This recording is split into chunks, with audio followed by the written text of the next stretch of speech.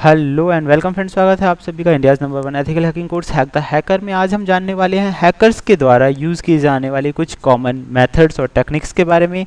कैसे हम उन चीज़ों को डिटेक्ट करें और कैसे हम उन चीज़ों से बचें, ये इस वीडियो में हम जानने वाले हैं। तो सबसे पहले हम ये जानेंगे कि हैकर किस तरह की टेक्निक्स का इस्तेमाल करते हैं हैक करने के लिए। तो यहाँ पे कुछ कॉमन मेथड्स हैं, जैसे कि फिशिंग में क्या होता है कि कोई भी जो हैकर है एक डुप्लीकेट पेज तैयार कर लेता है और उस पेज को लिंक के ज़रिए या कैसे भी आप तक पहुंचाने की कोशिश करता है, और उसके बाद अगर आप उसके दिए गए पेज के किसी भी ऑप्शंस पे जाके क्लिक करते हैं या कुछ इन्फॉर्मेशन अप्लाई करते हैं तो उस सिचुएशन में आपके आईडी और इन्फॉर्मेशंस हैक होने की संभावनाएं बढ़ जाती हैं। दूसरा मेथड है वर्ड स्कैन। ये कॉमन मेथड है, ज़्यादातर लोग जानते होंगे, लेकिन फिर भी मुझे बताना ज़रूरी लगा। कई बार आपके फ़ोन को लेकर कोई भी व्यक्ति व्हाट्सअप्स को अगर स्कैन कर ले तो आपकी व्हाट्सअप की जितनी भी चैटिंग डिटेल्स वगैरह हैं सब उसके पास चली जाएंगी और जो भी आप बातचीत करेंगे वो सब वो देख सकता है। नेक्स्ट है लिंक सेंडिंग मतलब कई बार आपके पास मैलिशियस लिंक्स आते हैं। वीक पासवर्ड्स का मतलब होता है आप जो कॉमन पासवर्ड्स रखते हैं, लाइक वाइज कई बार आपने अपने मोबाइल नंबर रख लिया 1 2 3 4 5 6 7 8 रख लिया, या फिर 1 रख लिया कई मैनी टाइम्स, या एडमिन 1 2 3 रख लिया। मतलब ऐसे कॉमन पासवर्ड, आपका नाम, फ़ोन नंबर, इस तरह के जो पासवर्ड होते हैं वो वीक पासवर्ड्स माने जाते हैं। तो इन सभी एक्टिविटीज़ की वजह से कोई भी हैकर उन्हें हैक कर पाता है। अब हम इन चीज़ों को थोड़ा प्रैक्टिकली देखते हैं कि कैसे ये चीज़ें काम करती हैं। तो चलिए सबसे पहले आप यहाँ देख सकते हैं मैंने एक गूगल का मैंने यहाँ पे एक ब्राउज़र ओपन किया हुआ है और इस ब्राउज़र में आप यहाँ देखेंगे क्या क्या चीज़ें। सबसे पहले हम चलते हैं यहाँ एक्सिस बैंक। तो मैंने यहाँ पे नेट बैंकिंग का ऑप्शन ऑन किया हुआ है। तो यहाँ जब भी कोई कस्टमर अपनी आईडी और पासवर्ड डालेगा और लॉगिन करेगा तो वो जो इन्फॉर्मेशन है वो इन्फॉर्मेशन पहुँच जाएगी अटैकर के पास। जबकि अगर आप ऊपर देखें तो यहाँ जो एड्रेस आ रहा है वो लिखा हुआ है एक्सिस बैंक LAPSOP.in, जो कि एक्सिस बैंक का हो ही नहीं सकता। और सबसे बड़ी बात यह है कि ये है HTTP यानी कि सिक्योर नहीं, और आप सभी जानते हैं अगर बैंकिंग कोई ट्रांजैक्शन है तो बिल्कुल सिक्योर होता ही होता है। तो जैसे ही आप अपनी सेंसिटिव डिटेल्स या इन्फॉर्मेशंस यहाँ डालेंगे ये पेज आपको रीडायरेक्ट कर देगा मेन।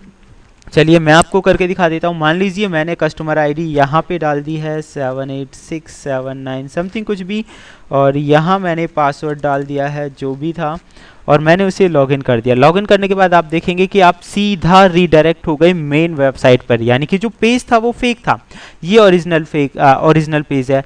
आप इसे देख सकते हैं, ये पूरी तरह यहाँ से सिक्योर है।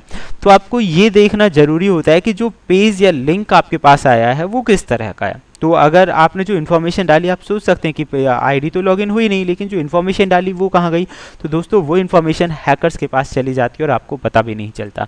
जैसे कि आप सेकेंडली ये देख सकते हैं स्टेट बैंक का मैंने पेज ओपन किया हुआ है। अगर हम इसके एड्रेस को सही ढंग से देखें तो gk.statebanklogin.net मतलब जो कि एक रॉन्ग है, गलत है। और जब भी आप यूज़र नेम और पासवर्ड यहाँ डाल के लॉगिन करेंगे ये पेज रीडायरेक्ट हो जाएगा मेन वेबसाइट को। तो ये हैकर्स की कुछ टेक्निक्स होती हैं जिनकी मदद से वो ऐसा करते हैं। अब ये हम बात करते हैं कि उन्होंने किया कैसे होगा। दोस्तों ये बनाने के लिए कोई ज़्यादा टाइमिंग उन्हें लगता नहीं है, बस इस पेज पे राइट क्लिक करना है, इसके सोर्स पे जाना है। जैसे कि आप यहाँ देख सकते हैं फेसबुक का सोर्स यहाँ पे निकला हुआ है, इसे कॉपी करना है और बस सेव कर देना है HTML के रूप में। और जब भी इस चीज़ को हम रन करेंगे तो आप यहाँ देख सकते हैं ये अभी मैंने सी ड्राइव में सेव किया हुआ था। तो हम अगर इसे रन कर रहे हैं तो हूबहू फेसबुक ही ओपन हो रहा है, लेकिन एड्रेस जो है वो हमें सच बता रहा है। तो ये होते हैं फेक पेजेस जिनकी मदद से हैकर्स आपको हैक करते हैं। आपको हमेशा उसका जो पेज है उस पर ध्यान रखना चाहिए। अब हम बात कर रहे थे व्हाट्सअप जैसी चीज़ों को लेकर। तो कॉमन सी चीज़ है, ज़्यादातर लोग व्हाट्सअप का इस्तेमाल करते हैं। मैं आपको दिखाना चाहूँगा। तो वो हैक करने का क्या, वो वास्तव में हम उसे हैक नहीं कह सकते। मैं आपको क्लियर कर दूँ, ये हैक नहीं है, ये कुछ टेक्निक्स हैं जो ज़्यादातर आजकल लोग कुछ एक्सपर्ट हो गए हैं उन चीज़ों का इस्तेमाल करते हैं, थोड़ा बहुत जान गए हैं तो इस तरह की ट्रिक्स का इस्तेमाल करते हैं। मान लीजिए आपने अपना फ़ोन किसी को दे दिया तो उसे 1 मिनट भी नहीं लगेगा, आपका व्हाट्सअप ओपन करना है, उसके बाद मेन्यू पे जाके सेटिंग के बाद उसे सिलेक्ट करना है व्हाट्सएप वेब।